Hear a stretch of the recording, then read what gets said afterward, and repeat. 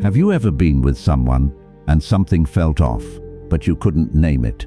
Not a dramatic red flag, not a screaming alarm, just this quiet, persistent feeling that something wasn't quite right. Like a stone in your shoe you kept ignoring because you didn't want to stop walking. Maybe it was a partner who smiled at all the right times but made you feel small in the spaces between. Maybe it was someone who said all the right words but left you more exhausted than you were before you called them. Maybe it was someone you loved deeply, genuinely loved, but who slowly, quietly made you doubt yourself. And the worst part, you blamed yourself for feeling that way. Because they hadn't done anything obviously wrong. Because maybe you were the problem. Because maybe you were asking for too much. Because maybe this is just what love looks like when you get older and the fairy tale wears off. That thought, right there, is what this video is about. Because here is the truth that most people at our age have learned the hard way. It is not dramatic betrayals that quietly destroy a person. It is the slow erosion, the daily accumulation of small things that never get named, the good morning that doesn't feel warm, the conversation that always circles back to them.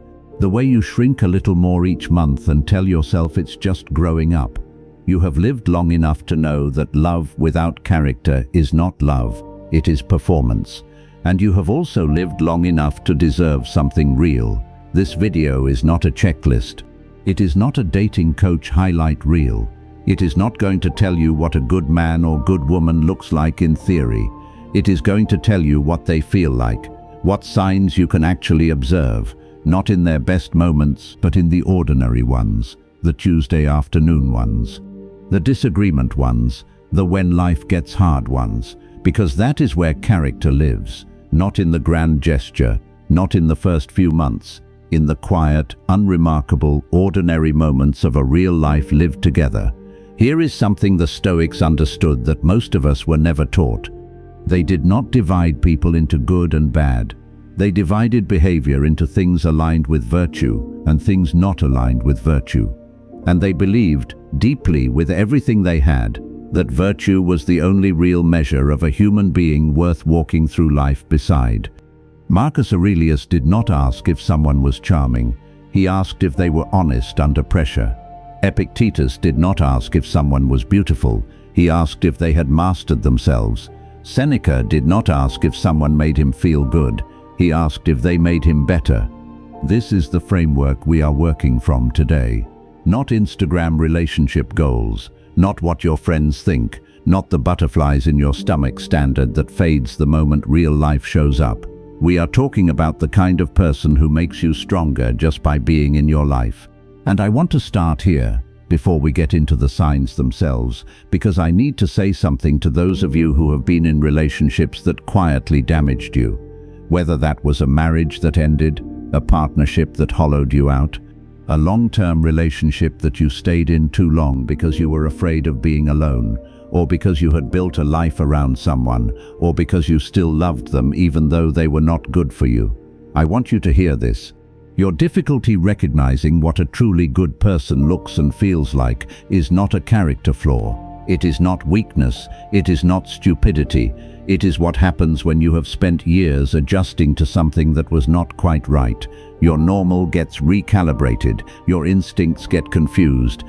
You start to mistake stability for love, familiarity for safety, and absence of conflict for peace. That is not failure. That is just what happens to humans in long, complicated relationships. But here is the hard truth that comes with the compassion. You are not 25 anymore. And that is not an insult. That is the point. At 25, you had the luxury of learning slowly, of making the same mistake 3 times before recognizing the pattern, of rebuilding after the kind of damage that takes a decade to surface. At 45, 55, 65, time is a different currency. The years ahead are precious in a way the years behind never quite felt. And that means the people you choose to walk with, whether it is a romantic partner, a close friend, or anyone you let into your inner world, that choice matters more now than it ever has before. Not because you are desperate, but because you are finally clear. And being clear means knowing what you are actually looking for. Not the surface things, not what looks good on paper, not what your mother would have approved of or what your social circle expects. The real things, the character things, the things that only show up after the honeymoon phase ends and real life begins. Think about someone you know. Maybe it is you, maybe it is someone you love, who spent years with a person everyone else thought was great, successful, charming, presentable, a good reputation, ticked all the visible boxes. But behind closed doors, something was always slightly off. A dismissiveness that was hard to describe, a way of handling conflict that left the other person feeling like the problem, a pattern of never quite showing up when it actually mattered, but always having a very reasonable explanation for why. And the person in that relationship started to question their own perception, started to wonder if they were the unreasonable one, started to shrink their expectations and call it maturity. That is not maturity, that is erosion. And the reason it is so hard to see it from the inside is because nobody handed you a clear, honest picture of what a genuinely good person actually looks like in the day-to-day details of a real relationship. That is what we are building today. Together, 10 signs. Specific, observable. Not romantic idealism, real markers of character that you can actually see and feel in a real human being who is actually in your life. And these apply whether you are a man looking for a good woman, a woman looking for a good man, or anyone in between, looking for someone genuinely worth walking beside through this particular chapter of life. Because a good person is a good person. The signs cross every line. So let's build the picture together. Before we get into the signs themselves, and I promise you, these are not what you expect, I want to say something. If you found this video because you are trying to make sense of something you have been feeling but couldn't quite name, you are in the right place. This channel is built for people who have lived enough life to want real answers, not hype, not motivational noise, actual, grounded, honest wisdom that respects your intelligence and your experience. If that is what you are looking for, hit that subscribe button right now. We are building something real here, and I want you to be part of it. Because the work we are doing together on this channel, it matters, and the people who show up for it deserve to have more of it in their feed. So subscribe, and let's keep going. Because sign number 1 is the one that almost no one is talking about. And when I tell you what it is, I think you are going to feel something shift. Because most people spend years looking for someone who makes them feel loved. The Stoics would have told you to look for something else entirely. They would have told you to look for someone who makes you feel calm, not butterflies, not electric, not the kind of chemistry that keeps you checking your phone at midnight wondering where you stand. Calm. And I know that might sound underwhelming to some part of you that was raised on love stories designed to sell you something. But stay with me here, because the Stoics were not anti-love. They were anti-chaos dressed up as love. Marcus Aurelius wrote about the quality of presence he sought in the people around him, people who did not agitate the mind but steadied it, people whose presence created what he called euthymia, tranquility, not boredom, not the absence of feeling, but a kind of settled rightness. A person worth walking beside does not create constant turbulence in your nervous system and then call it passion. They create safety. And in that safety, the real you actually shows up. Sign number 2. They are honest, even when honesty costs them something. Here is the test that almost no one thinks to apply. It is easy to be honest when the truth is comfortable, when the truth makes you look good, when the truth costs you nothing. Watch what someone does when honesty is inconvenient for them. Do they tell you about the mistake they made before you find out another way? Do they correct the waiter when they were undercharged? Do they tell you the thing you do not want to hear, gently but clearly, because they respect you too much to let you walk around with a blind spot?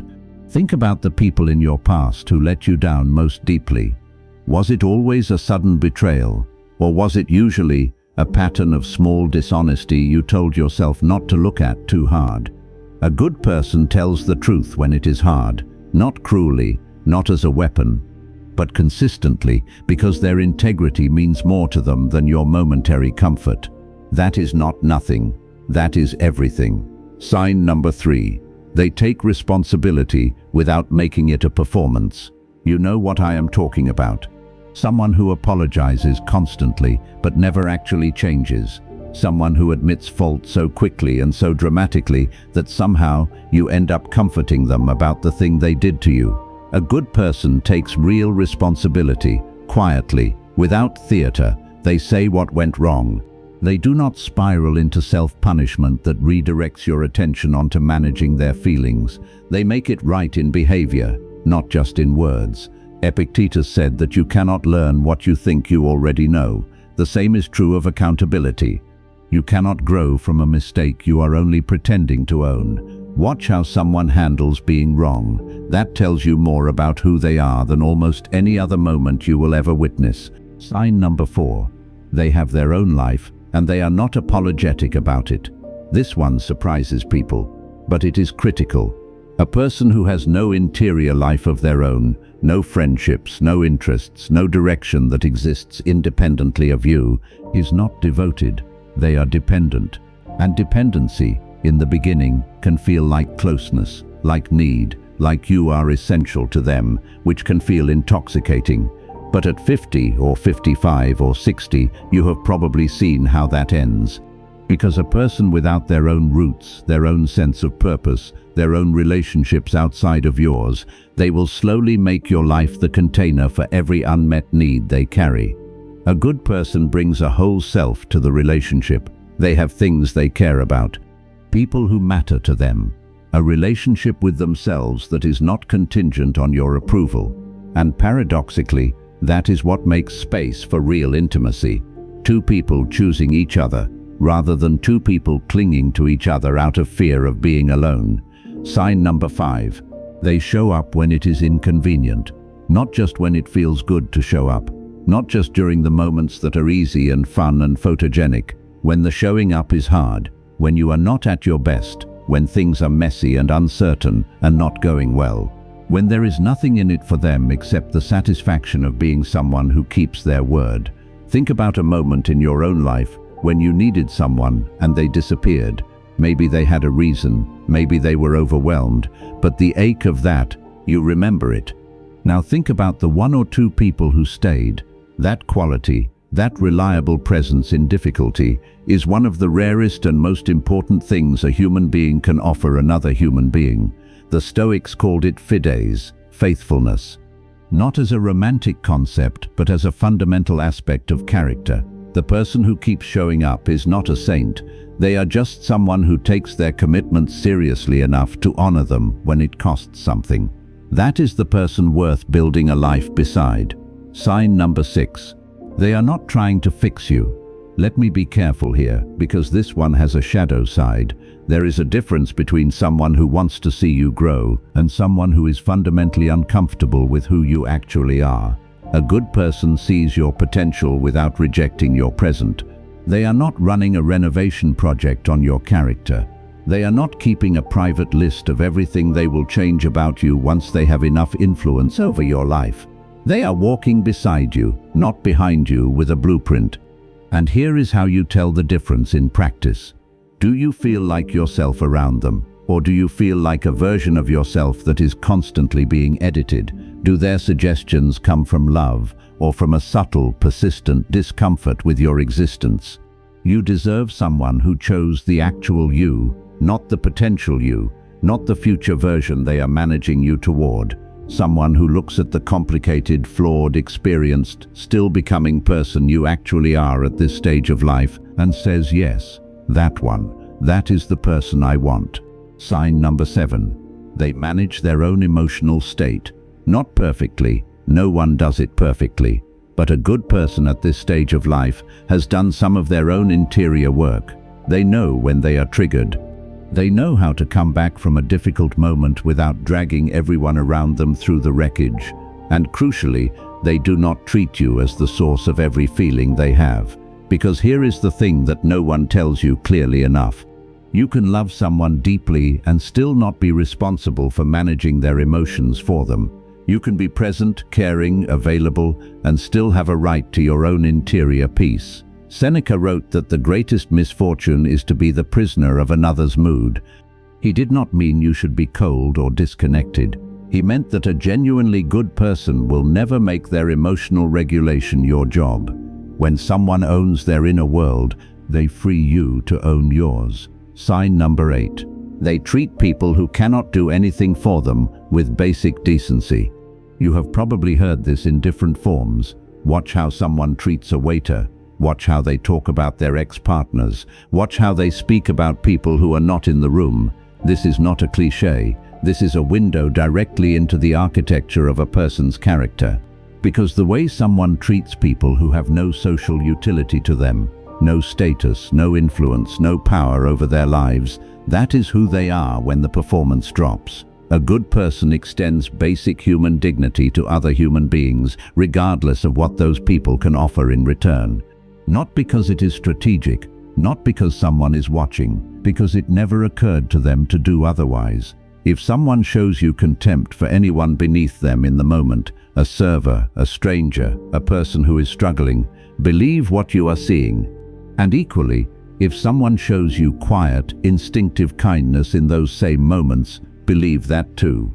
Character is not what someone tells you about themselves. It is what they do when they forget you are watching. Sign number 9.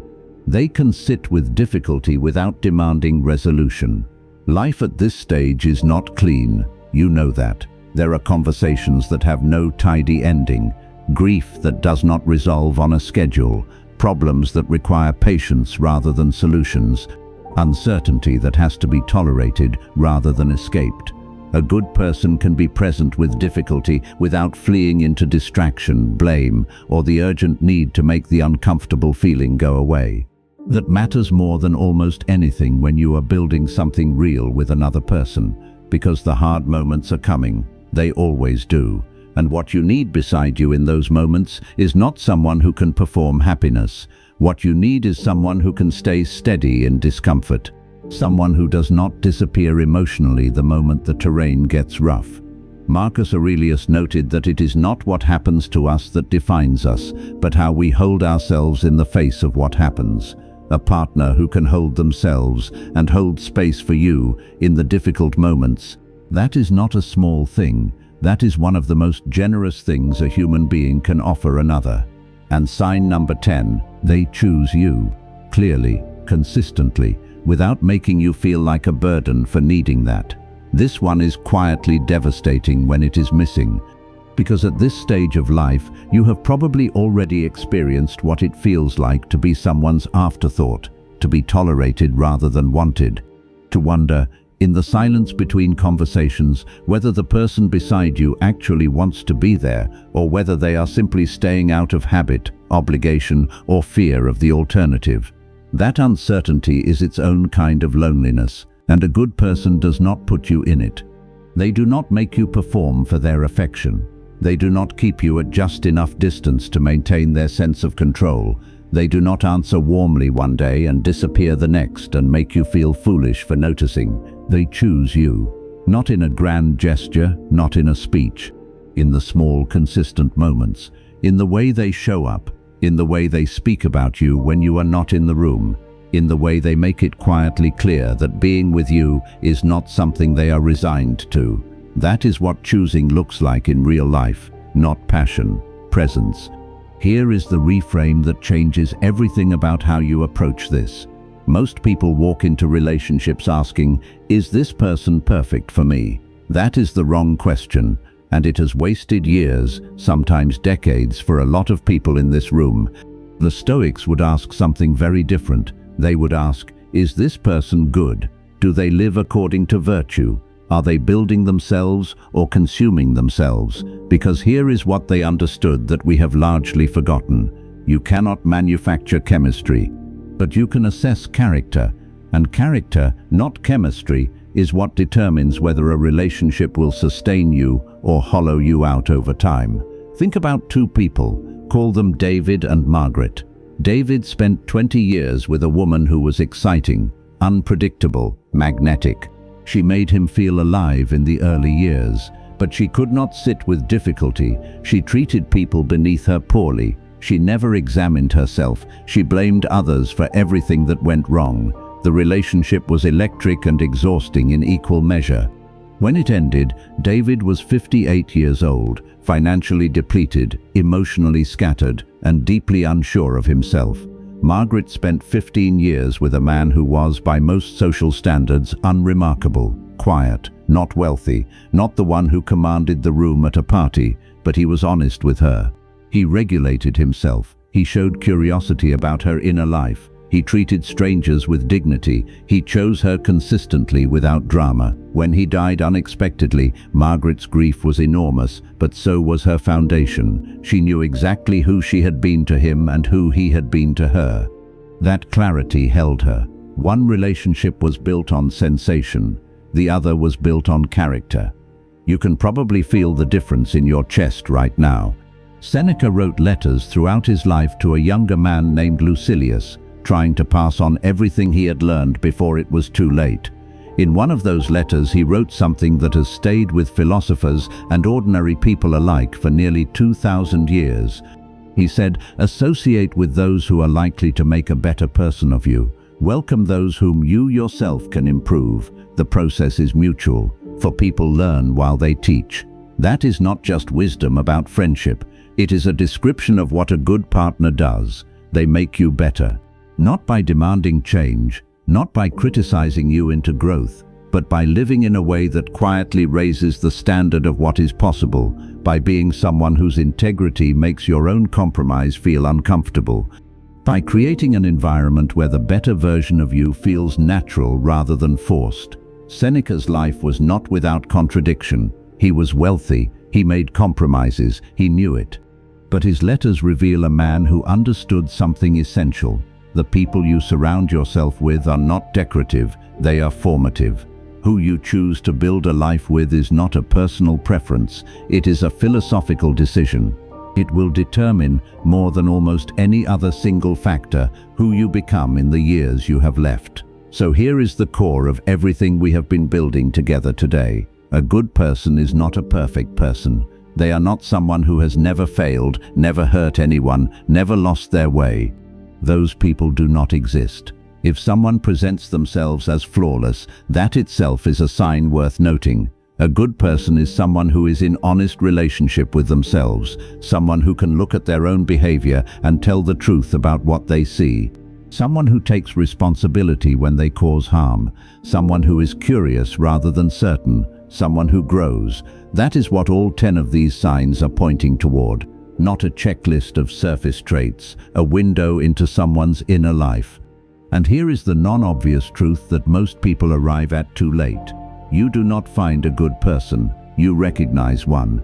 You recognize them because you have done the work to see clearly, because you have stopped projecting what you want to see and started observing what is actually there, because you have learned to trust what behavior tells you over what words perform. The Stoics called this discernment, the ability to perceive reality as it is rather than as you wish it to be. That discernment is not cynicism, it is not distrust.